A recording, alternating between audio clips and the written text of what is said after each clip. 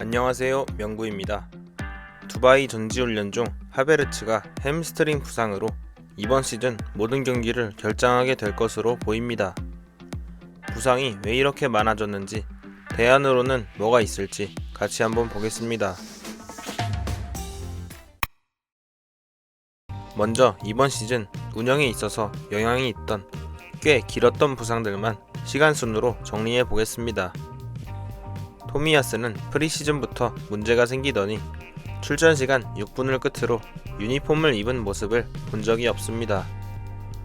이제 무릎 수술을 한다고 하는데 이전에 토미야스만 유독 자세한 얘기가 안 나왔던 거 보면 맨날 생기던 종아리와 무릎 문제가 아닌 멘탈적인 문제도 있는 것으로 보입니다. 메리노는 합류하자마자 훈련 중에 마갈량이스와 경합 중 어깨 부상으로 데뷔 전이 5주 정도 밀리게 되었습니다. 웨데고르는 A매치 기간에 오스트리아와의 경기 중 발목을 노린 태클로 8주 동안 출전하지 못하게 됐습니다. 칼라피오리는 챔피언스 리그 샤흐타르전에서 무릎이 반대쪽으로 꺾이는 부상으로 4주 동안 결장 이후 얼마 지나지 않아 또 2주 동안 결장하게 되면서 좌측 풀백의 팀버, 우측 풀백의 파티를 기용하다가 스켈리까지 데뷔하게 되었습니다. 화이트는 이전부터 계속 있었던 문제 때문에 첼시전 이후 A매치 기간에 바로 수술에 들어가게 되면서 다음 경기인 레스터전 복귀를 목표로 재활 중입니다. 사카는 팰리스전 크로스를 올리다 햄스트링 부상으로 수술까지 하면서 4개월 정도 결장할 것으로 보입니다. 제주스는 FA컵 맨유와의 경기 중 리산드로 마르티네즈와의 경합 중에 이미 무릎에 이상이 생겼고 몇 분 후 브루노 페르난데스를 저지하려다 십자인대 부상을 당하면서 시즌 아웃이 되었습니다. 마르티넬리는 리그컵 준결승 2차전 뉴캐슬과의 경기 중에 햄스트링 부상으로 7주 정도 결장할 것으로 보입니다. 하베르츠는 두바이 전지훈련 중 햄스트링 부상으로 시즌 아웃은 확정이고 목표가 다음 시즌 개막전 복귀라고 합니다. 지금 아스날은 햄스트링 부상이 유독 많습니다. 많은 경기를 뛰었다고 해서 반드시 부상을 당하는 것은 아닙니다. 그러나 햄스트링 부상은 일반적으로 과도한 경기 출전과 피로 누적과 밀접한 관련이 있습니다. 최근 몇 년간 과도한 경기 일정과 선수 보호 문제에 대한 논의가 활발해졌지만 결국 선수 출전 시간을 관리하는 것은 감독의 몫입니다. 아르테타는 이전부터 로테이션을 잘 활용하지 않는다는 비판을 받아왔습니다. 물론 선수층이 얇기 때문에 어쩔 수 없는 부분도 있다는 반론도 있지만 주전 선수들의 과부하 문제는 오래전부터 지적되어 왔습니다. 특히 사카 백업과 같은 문제는 몇 년 동안 지속되어 왔습니다. 사카는 21-22 시즌과 22-23 시즌엔 리그 전경기에 출전했고 23-24 시즌에는 단 3경기만 결장했습니다. 이 3시즌 동안 사카는 출전 가능한 시간의 88.5%를 소화했습니다. 그리고 햄스트링 부상을 당했던 팰리스 전에는 17일 동안 6경기를 연속 출전한 상태였습니다. 이걸 과연 운이 안 좋아서 부상을 당했다고 할 수 있을까요?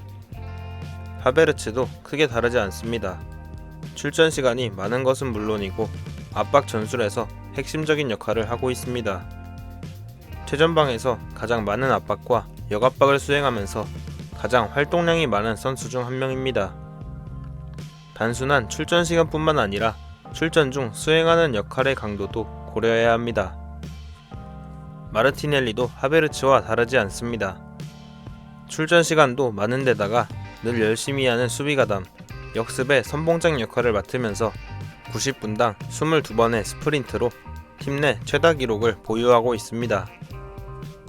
결국 아르테타는 주전 선수들을 계속 출전시키다 보니 부상당하고 주전의 부상으로 인해 백업 선수를 또 무리하게 기용하게 되는 악순환을 겪고 있습니다. 아르테타는 감독 커리어를 시작한 지 6시즌째지만 아직도 로테이션 돌리는 법을 모릅니다. 스몰 스쿼드를 지향했지만 운영을 하는 방법은 그와 정반대입니다. 실제로 아르테타는 리그에서 교체 활용도가 가장 낮은 감독 중 한 명입니다. 이번 시즌 리그에서 단 87회의 교체 카드를 사용했고 경기당 평균 3.6명의 교체를 활용했는데 이는 리그에서 세 번째로 낮은 수치입니다. 승점 3점 차이인 3위 노팅엄과 비교한다면 누누는 경기당 평균 4.8명의 교체를 사용합니다. 이뿐만 아니라 아르테타는 교체 타이밍도 늦습니다. 교체 선수들의 평균 출전 시간은 17분으로 리그에서 네 번째로 낮은 수치입니다. 아스날은 이번 시즌 24명의 선수를 활용했는데 23명의 노팅엄 다음으로 가장 적은 숫자입니다. 차이가 한 명밖에 안 나는 노팅엄은 많은 선수들에게 기회를 주지는 못해도 주전 선수들에게 휴식을 주고 있습니다. 아르테타는 주전 선수들의 체력 부담을 줄일 기회가 있었음에도 이를 잘 활용하지 않은 것으로 보입니다. 저는 저번 시즌부터 주전 선수들 혹사에 대한 문제가 심해졌다고 봤습니다. 물론 벤치에 있는 선수들이 엔케티아, 로우, 넬슨, 파비오 비에이라처럼 수준 이하의 선수들인데다가 출전하면 기대 이하의 모습을 보여줬습니다. 하지만 그렇다고 주전 선수들을 혹사시킬 수는 없는 노릇이니 전술의 위력이 떨어지더라도 약간 수정해서 비주전 선수들을 활용하고 주전 선수들을 관리해줘야 한다고 생각했습니다. 하지만 아르테타는 플랜 A를 고수했고 주전 선수들의 출전 시간을 늘리는 방향으로 갔습니다. 경기 중 혹사도 문제지만 훈련의 강도도 생각보다 강하다는 얘기도 있습니다.